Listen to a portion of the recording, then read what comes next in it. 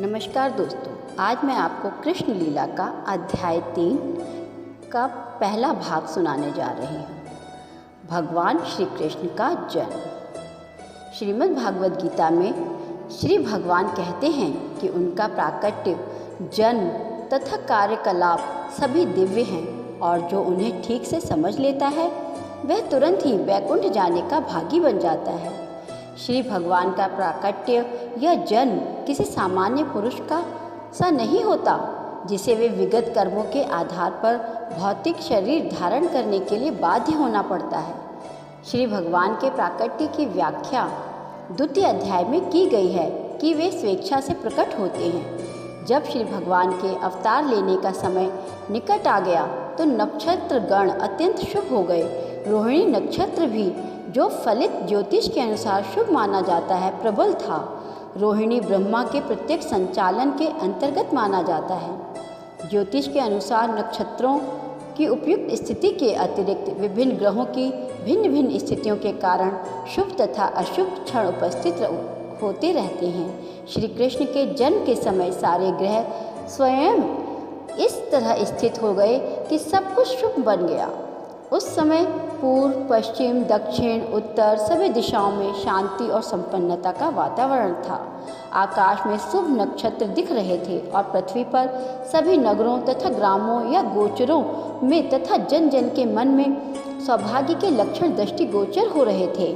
नदियाँ जल से पूर्ण होकर प्रवाहित हो रही थीं और सरोवरों में सुंदर कमल खिले हुए थे। जंगल सुंदर पक्षियों एवं मोरों से पूर्ण थे।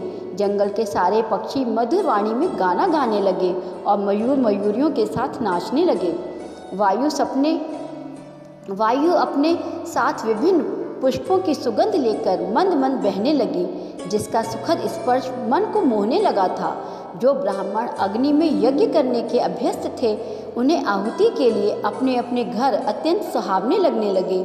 आसुरी राजाओं के उत्पातों के कारण ब्राह्मण के घरों में हवन आदि यज्ञ लगभग बंद हो चुके थे, किंतु अब उन्हें शांतिपूर्वक यज्ञ आदि करने के अवसर प्राप्त हो रहे थे। यज्ञों पर प्रतिबंध लगने के कारण ब्राह्मण मन सा वाचा कर्मणा अत्यंत दुखी थे, किंतु श्री कृष्ण के जन्म के समय उन सबके मन स्वयं प्रसन्नता से पूर्ण हो गए, क्योंकि उन्हें आकाश में श्री भगवान के जन्म लेने की घोषणा करने वाली दिव्य वाणी गंजरित होती सुनाई दे रही थी। गंधर्व और किन्नर लोक के वासी गाने लगे तथा सिद्ध और चारण लोक के वासी श्री भगवान की सेवा में प्रार्थनाएं करने लगे। स्वर्गलोक में देवी देवता अपनी अपनी पत्नियों तथा विद्याधर अपनी अपनी पत्नियों के साथ नाचने लगे। ऋषि मुनि तथा देवता प्रसन्न होकर फूल बरसाने लगे। समुद्र तट पर हल्की हल्की तरंगों की ध्वनि सुनाई दे रही थी और समुद्र के ऊपर आकाश में बादल थे जो मोह गर्जना करने लगे थे। जब ऐसा संयोग उपस्थित हो गया तो घट घटवासी भगवान श्री विष्णु अंधेरी रात में श्री भगवान के रूप में देवकी के समक्ष प्रकट हुए, जो एक देवी जैसी लगती थी। उस समय भगवान विष्णु के प्राकट्य की तुलना रात्रि के समय पूर्व दिशा में उदित होने वाले पूर्ण चंद्रमा से की जा सकती थी। यहाँ यह आपत्ति उठाई जा सकती है कि चूंकि भगवान श्री कृष्ण अष्टमी के दिन उत्पन्न हुए थे, अतः उस दिन पूर्ण चंद्रमा उदय हो ही नहीं सकता। इसके उत्तर में यह कहा जा सकता है कि भगवान श्री कृष्ण उस वंश में उत्पन्न हुए जो चंद्रमा की वंश परंपरा में था। अतः यद्यपि उस रात्रि को चंद्रमा अधूरा था, किंतु चंद्रमा के वंश में ही श्री भगवान के जन्म लेने के कारण चंद्रमा अत्यधिक प्रसन्न था। अतः भगवान श्री कृष्ण की कृपा से वह पूर्ण चंद्र के रूप में उदय हुआ।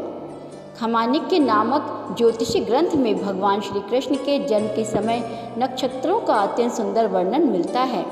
उससे पुष्टि होती है कि उस शुभ क्षण में उत्पन्न यह शिशु परम ब्रह्म या परम सत्य था। वासुदेव ने उस आश्चर्यजनक बालक को देखा जिसके 4 हाथ थे, जिनमें वह शंख, चक्र, गदा तथा कमल पुष्प धारण किए था, जो श्री वत्स चिन्ह से सुशोभित था, जो कौस्तुंभ मणि की माला पहने था, पीतांबर धारण किए चमकीले श्याम बादल की तरह लग रहा था, जिसका मुकुट वैदुर्य मणि से अलंकृत था, जो पूरे शरीर में अमूल्य विजावट, कुंडल तथा अन्य आभूषण धारण किए था और जिसका सिर केश राशि से अलंकृत था। बालक के अद्वितीय रूप के कारण वासुदेव आश्चर्यचकित हो गए। नवजात शिशु इस तरह कैसे आभूषित हो सकता है? अतः वे समझ गए कि अब भगवान श्री कृष्ण प्रकट हो गए हैं और इस अवसर पर वे अभिभूत हो गए। वासुदेव ने विनीत भाव से आश्चर्य प्रकट किया कि यद्यपि वे भौतिक प्रकृति द्वारा बुद्ध साम्य जीव हैं और ऊपर से कंस द्वारा बंदी हैं, तो भी सर्वव्यापी भगवान विष्णु या श्री कृष्ण अपने मूल रूप में उनके घर शिशु रूप में प्रकट हुए हैं। कोई भी संसारी बालक आभूषणों एवं सुंदर वस्त्रों से सजकर 4 भुजाओं सहित और भगवान के समस्त चिन्हों से युक्त उत्पन्न नहीं होता। वासुदेव बारंबार उस बालक को निहार रहे थे और विचार कर रहे थे कि इस शुभ वेला को किस तरह मनाएं। वे सोचने लगे, सामान्यतः जब पुत्र उत्पन्न होता है तो लोग उस अवसर पर खुशियां मनाते हैं और मैं हूँ कि मेरे बंदी होते हुए श्री भगवान ने मेरे घर जन्म लिया है। मुझे तो इस शुभ उत्सव को बारंबार मनाने के लिए तैयार रहना चाहिए। जब वासुदेव ने जिनका दूसरा नाम आनकदुभी है, अपने नवजात शिशु को देखा तो वे इतने प्रसन्न हुए कि उनमें ब्राह्मणों को कई हजार गौ दान देने की इच्छा प्रकट हुई। वैदिक प्रणाली के अनुसार जब भी क्षत्रिय राजमहल में कोई शुभ उत्सव मनाया जाता है तो राजा प्रसन्नता के कारण अनेक वस्तुएं दान में देता है। ब्राह्मणों तथा ऋषियों को सर्वणाभूषणों से मंडित गाय दी जाती हैं। वासुदेव श्री कृष्ण के आविर्भाव के उपलक्ष्य में एक दानोत्सव मनाना चाह रहे थे, किंतु कंस के बंदी गृह में बंद होने के कारण ऐसा करना दुष्कर था। अतः उन्होंने मन ही मन ब्राह्मणों को हजारों गाय दान की।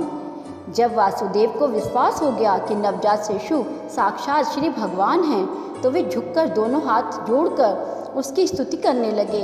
उस समय वासुदेव दिव्य स्थिति में थे, जिससे कंस से उत्पन्न उनका सारा भय जाता रहा। जिस कमरे में नवजात शिशु उत्पन्न हुआ था वह उसके तेज से देदीप्यमान था। तब वासुदेव ने प्रार्थना करनी प्रारंभ की, हे श्री भगवान, मैं जानता हूँ कि आप कौन हैं। आप समस्त जीवों के परमात्मा तथा परम सत्य श्री भगवान हैं। आप अपने ही शाश्वत रूप में प्रकट हुए हैं, जिसका हम प्रत्यक्ष अवलोकन कर रहे हैं। मैं जानता हूँ कि आप मुझे कंस के भय से मुक्त करने के लिए प्रकट हुए हैं। आप इस भौतिक जगत से संबंधित नहीं हैं। आप वही पुरुष हैं जिनकी भौतिक प्रकृति पर चितवन मात्र से यह दृश्य जगत उत्पन्न होता है। कोई यह तर्क कर सकता है कि अपनी चितवन मात्र से समस्त दृश्य जगत की उत्पत्ति करने वाले भगवान श्री वासुदेव की पत्नी देवकी के गर्भ में नहीं आ सकते। इस तर्क का उच्छेद करने के लिए वासुदेव ने कहा है, हे प्रभु, इसमें आश्चर्य नहीं है कि आप देवकी के गर्भ में प्रकट हुए हैं, क्योंकि सृष्टि की रचना भी इसी प्रकार हुई थी। आप महाविष्णु के रूप में कारणार्णव में शयन कर रहे थे और आपकी श्वास प्रक्रिया से अनेक ब्रह्मांडों की उत्पत्ति हो गई थी। फिर आप प्रत्येक ब्रह्मांड में गर्भोदकशायी विष्णु के रूप में प्रविष्ट हुए। फिर आपने क्षीरोदकशायी विष्णु के रूप में अपना विस्तार किया और आप हर प्राणी के हृदय में अणु के भीतर भी प्रविष्ट हो गए। अतः देवकी के गर्भ में आपका प्रवेश करना उसी प्रकार से समझा जा सकता है।